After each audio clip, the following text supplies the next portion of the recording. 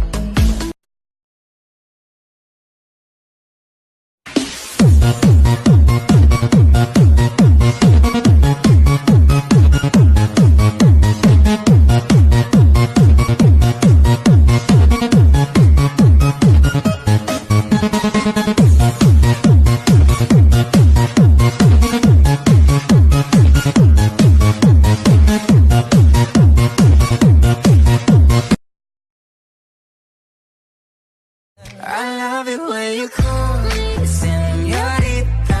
I wish I could pretend I didn't need ya, but every time she's ooh la la la, it's true la la la. Ooh, I should be running. Ooh, you know I. 在梦中哼着他曾经最爱的歌谣，我们的悲伤无处可逃。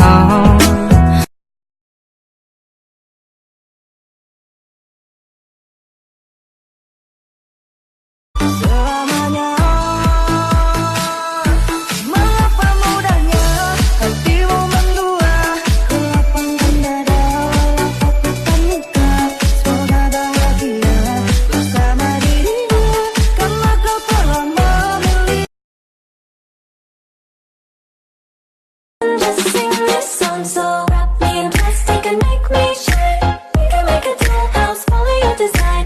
Let's build a dog out of sticks and twine. I can call you master, you can call me.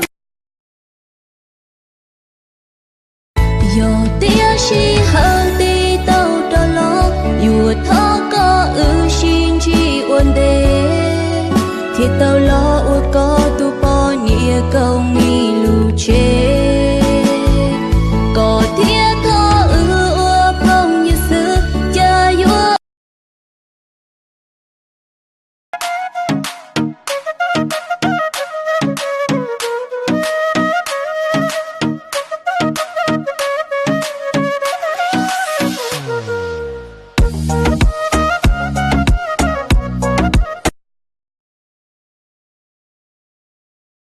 Your body crazy, you will be my sexy lady, sexy lady, sexy lady. Follow me, yeah, we got it.